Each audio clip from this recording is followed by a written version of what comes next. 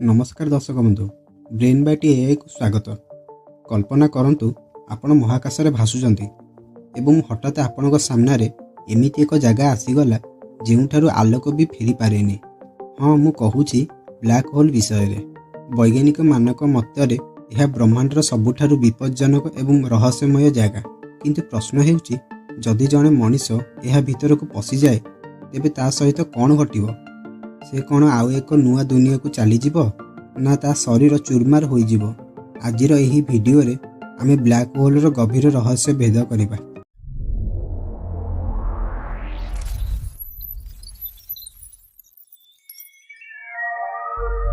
Black hole महाकाश रे थिबा एमिति एक जगह जेउठी माध्याकर्षण शक्ति एते अधिक थाए जे सेठारु किछि भी खसी पारेनी।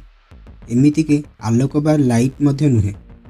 यह साधारणतः सेतेबेले सृष्टि हुए जेतेबेले एक विशालकाय तारार मृत्यु हुए। यह निजर ओजन संभाली न पारी निज भितर ही चापी हो जाए। फल एक छोट बिंदु रे असीम भार बा डेंसिटी जमा हो जाए। ब्लैक होल रो मुख्यतः दुईटी भाग थाए। प्रथमटी हैला इवेंट हॉरिजन। यह हेउची सीमारेखा बा पॉइंट ऑफ नो रिटर्न।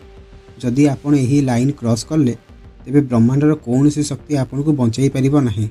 आउ द्वितीयटी हैला सिंगुलारिटी। यह ब्लैक होल रो केंद्र बिंदु जेउठारे पदार्थ विज्ञान बा फिजिक्स रो सब नियम फेल मारी जाए। एबे चलंतु देखिबा भितर को गले कौन हेबो। जेतेबेले आपण ब्लैक होल पाखकु जिबे आपन को स्पैगेटिफिकेशन रो सामना करिवा को पड़िबो।